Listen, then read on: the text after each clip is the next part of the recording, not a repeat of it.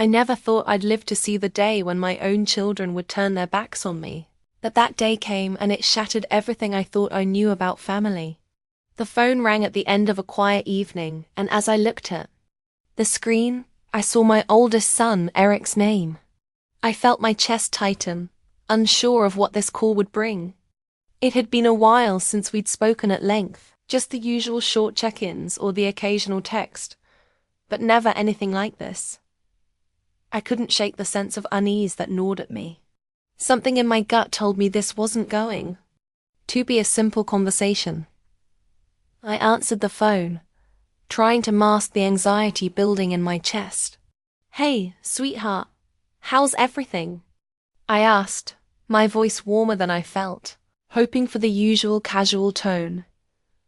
Eric's voice came through the phone, quieter than usual, but with an edge of tension that made my stomach churn. "Hey, Mom, we need to talk." I sat up straighter in my chair, the calm feeling I had tried to create evaporating. "Of course, what's going on?" There was a noticeable pause on the other end, a silence that stretched far too long. Eric wasn't usually like this. He always had a way of putting me at ease, making everything feel manageable. But tonight, the weight in his tone made me uneasy. "I think it's time we address something important. It's about the house," he said. My heart skipped a beat. The house. I had paid all the bills, taken care of everything for years. And now Eric was telling me there was an issue with the very home I had worked so hard to provide for them. "What about the house?" I asked, trying to keep my voice calm despite the fear beginning to take root. "What's wrong? Is something going on?" "It's complicated, Mom," Eric replied, the words almost robotic in their detachment. "But we need to talk about it in person. Can you come by tomorrow?"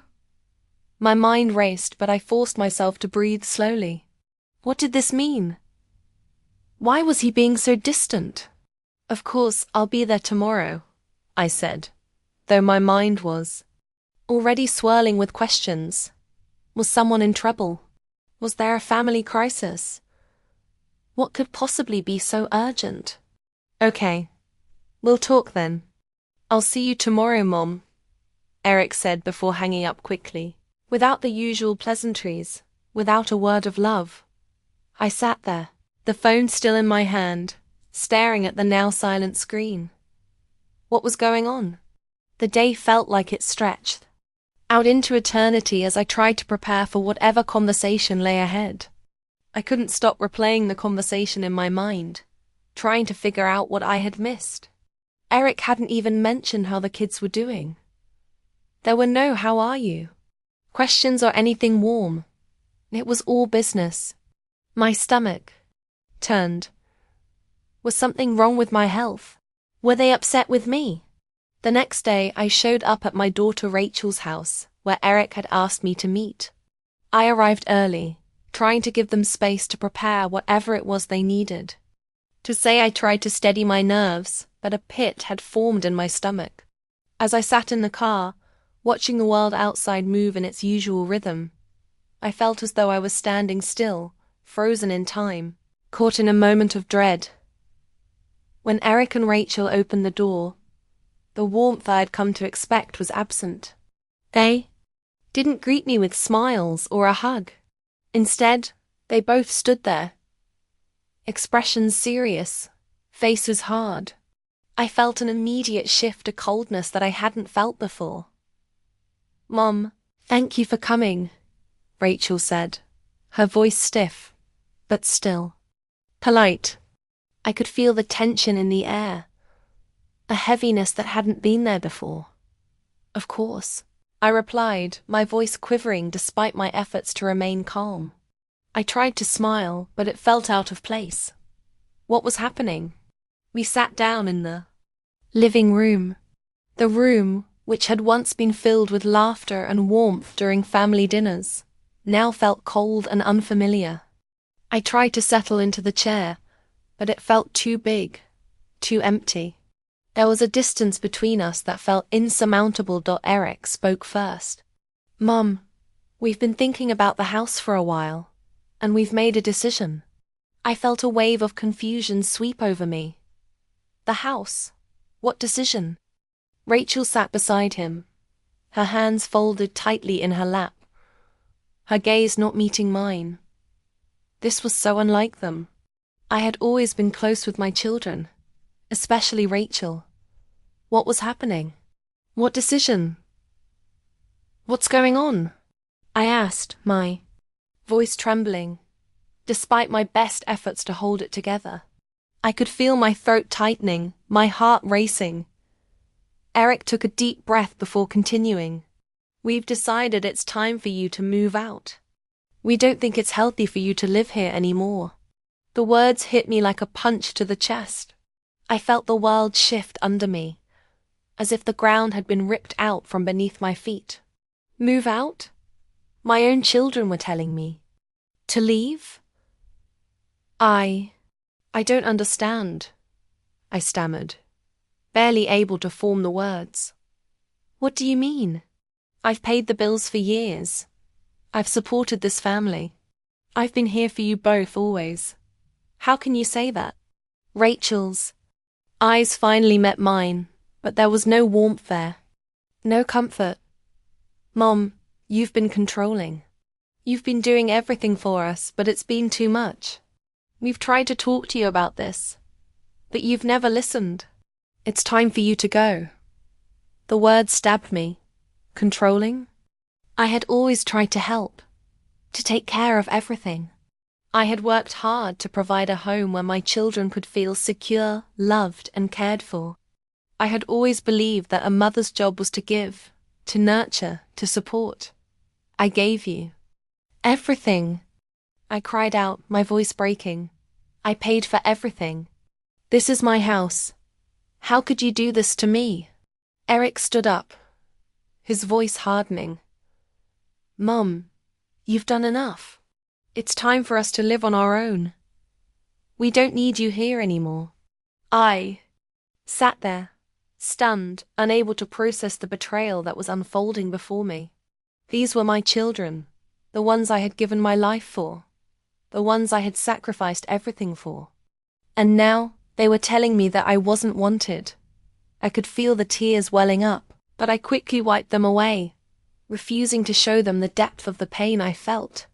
This was the moment when everything I had worked for, everything I had built, seemed to be crashing down around me.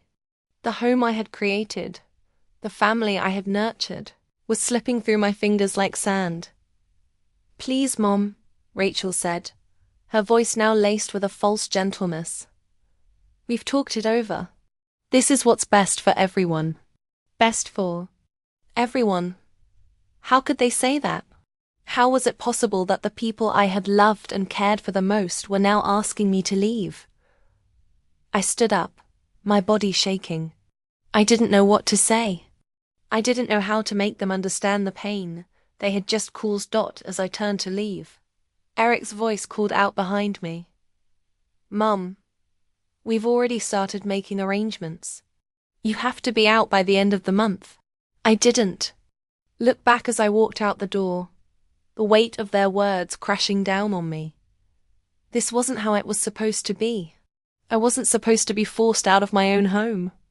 I wasn't supposed to be rejected by my own children. And yet here I was, standing in the midst of a betrayal that cut deeper than any argument, any fight, any moment of anger. I was being cast aside, abandoned by the people I loved most. The days that followed that painful conversation felt like a slow descent into a nightmare I couldn't escape.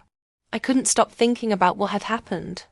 The words Rachel and Eric had said haunted me, replaying in my mind like a broken record. We think it's time for you to move out. It's time for us to live on our own. You've been controlling, doing everything for us, but it's been too much. The sting of those words didn't fade. Every time I tried to go about my day, every time I thought about getting back to normal, they crept back into my mind, cutting deeper than any knife ever could. I had been so proud of everything I had built for my children, so proud of the home I had provided. I had worked so hard, tirelessly, to ensure they never had to worry. I paid the bills, kept the house in order, and put my life on hold for them. And now, they were telling me that wasn't enough. The silence after that conversation was deafening. It was like the walls of my own home had become suffocating. The very air around me thick with tension. Rachel and Eric barely spoke to me after I left their house. There were no calls, no apologies, no attempts to explain. The distance between us grew with each passing day. The first few nights were the hardest. I slept fitfully, tossing and turning, unable to escape the gnawing feeling of betrayal that seemed to seep into every corner of my mind. How had it come to this? How had the children I had raised with so much love and care become strangers? I couldn't understand it. No matter how many times I went over the conversation in my mind, it didn't make sense. I spent those days in a fog. I went through the motions, taking care of household chores, paying bills, doing what I had always done. But my heart wasn't in it. Every room I entered, every familiar spot in the house, felt like a reminder of what I had lost. The kitchen, where we had spent so many evenings together, now felt cold. The living room, where we had laughed together and shared our days, was empty. Even the garden, which I had lovingly tended for years, now seemed barren. I had always believed that family would never abandon each other, that no matter the struggles, we would always be there for one another. But the truth was staring me in the face. My children had made a choice. They didn't need me anymore. They didn't want me in their lives. As the days went on, I began to feel a new kind of anger bubbling beneath the surface. It wasn't just the hurt from their words. It wasn't just the sting of rejection. It was the injustice of it all. I had sacrificed so much for them, my time, my energy, my love. And now, they were treating me like I was nothing. I couldn't accept this. I wouldn't accept it. The thought began to form slowly in my mind, an idea that at first seemed ridiculous. But the more I thought about it, the more it felt right. If they wanted me out of the house, if they wanted to throw me away, like I was nothing, then maybe it was time for me to take control of the situation. Maybe it was time for me to remind them that I had the power. Too. I decided that I would send them an eviction notice. It wasn't something I'd ever imagined doing. Sending an eviction notice to my own children seemed cruel, petty even. But as I sat there, staring at the empty rooms around me, I realized that sometimes the only way to take control of a situation was to be bold, to stand up for yourself. They had made it clear that they didn't want me around anymore, so maybe it was time to make them see that I wasn't someone they could push aside so easily. I didn't do it out of anger or spite, at least not entirely. I did it because I needed to feel like I still had some power, that I still had a voice in this situation. I had spent years making sacrifices for them, giving them everything I had, and yet it wasn't enough.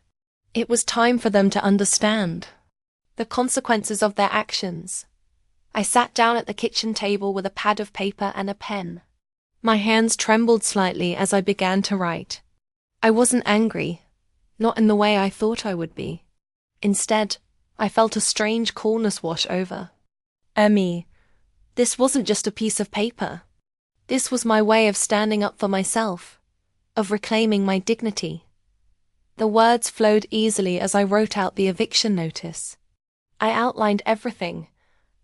How I had paid all the bills for years. How I had maintained the house. How I had been the one to ensure they had everything they needed. I explained that, while I had always wanted to be there for them, I couldn't simply accept being pushed aside, discarded. The notice was clear. I was not the one who should be evicted. They had no legal right to ask me to leave. And if they truly wanted me gone, they would have to prove it. Once the letter was finished, I folded it neatly, placed it in an envelope, and addressed it to both Eric and Rachel.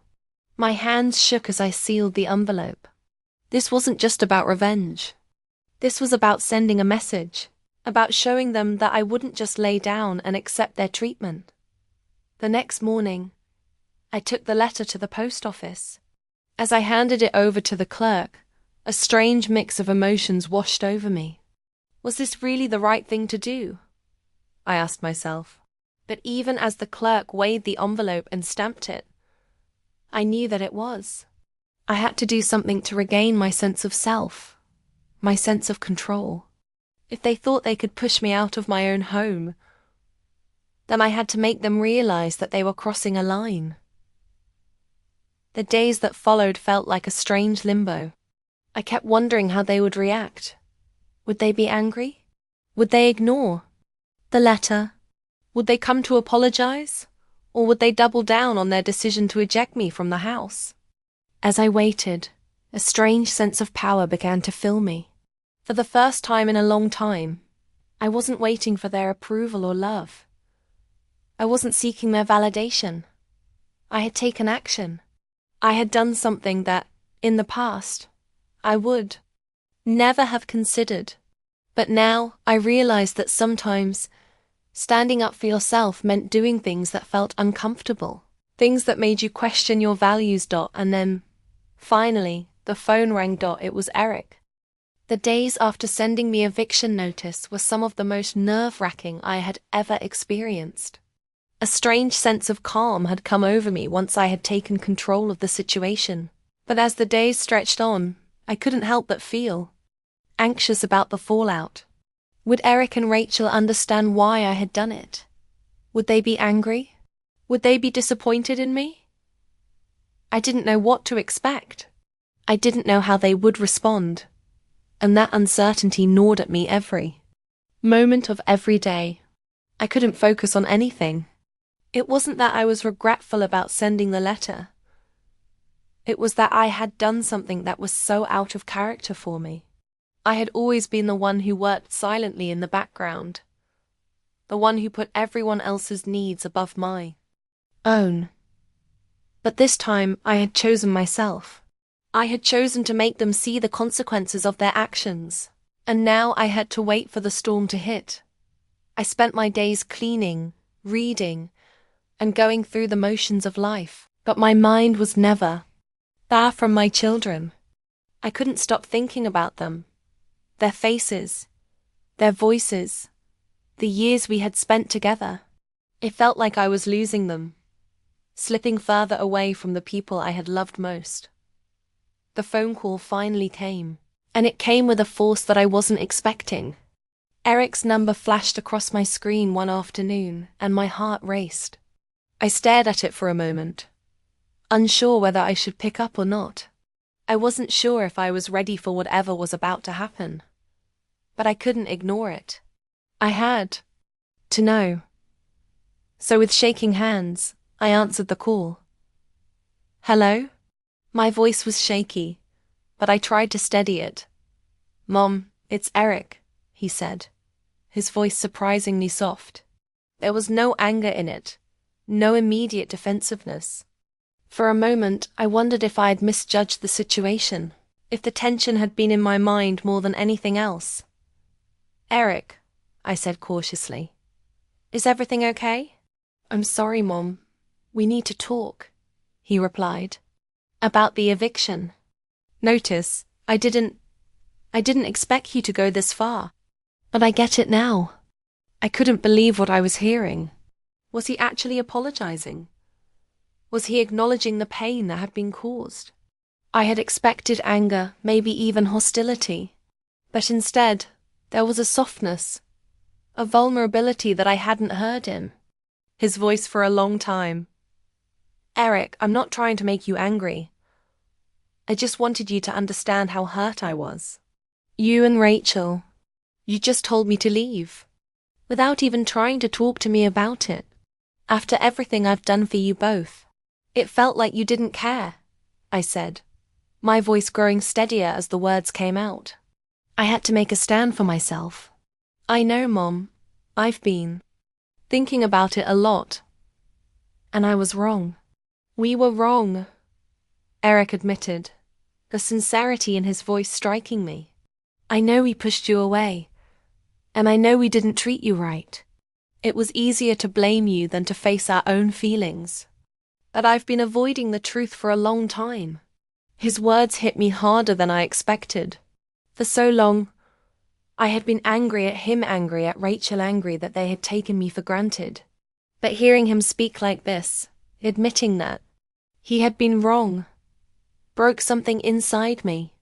I wasn't sure whether to feel relieved or overwhelmed. I should have handled this better, Mom, he continued. I shouldn't have let things go this far. But I guess I was scared too. Scared of the changes, scared of what I was feeling. And I took it out on you. I'm sorry. I felt the tightness in my chest ease slightly. I hadn't realized how much I had been holding on to, how much pain I had been carrying, until now. To hear my son acknowledge what he had done, to see that he understood the depth of my hurt, felt like a balm to my soul. It didn't erase everything, but it opened the door to healing. Eric, I whispered, my voice catching in my throat. I've always loved you. I've always just wanted to be there for you and Rachel. I never meant to make things hard. I just wanted to help. But now, I see that maybe I overstepped.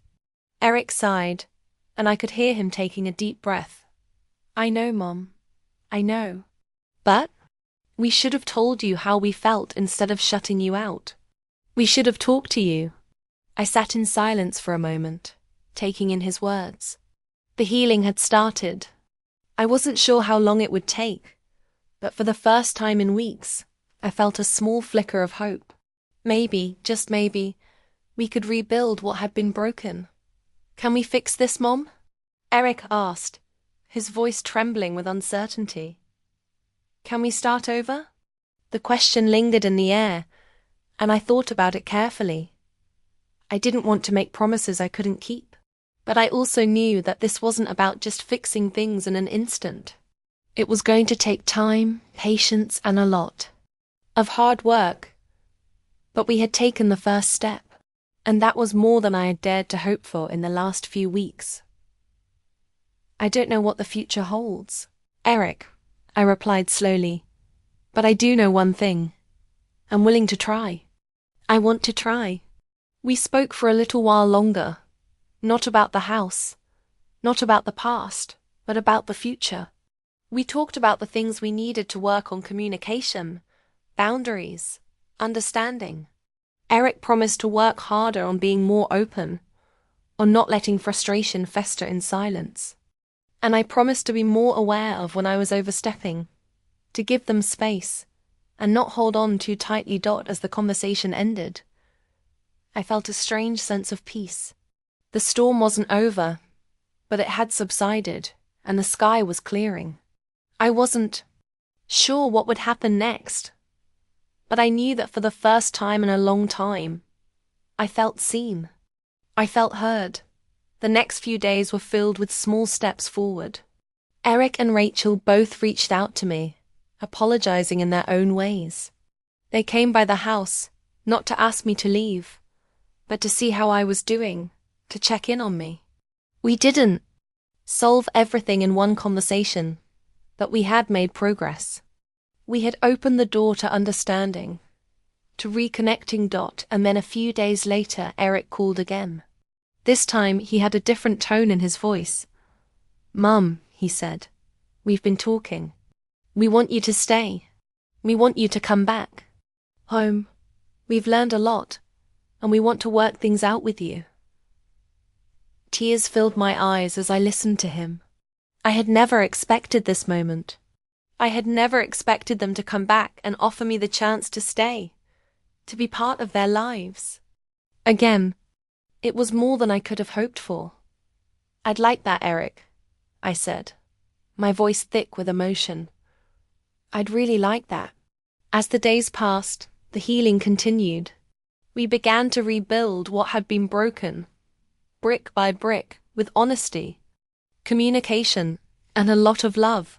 It wasn't perfect, And I knew it wouldn't be easy, but it was worth it. And in the end, I realized that sometimes it's in the most difficult moments, the moments where you feel lost, hurt, and betrayed, that you discover the strength to stand up for yourself. Sometimes it's only when you've lost everything that you truly understand the value of what you still have.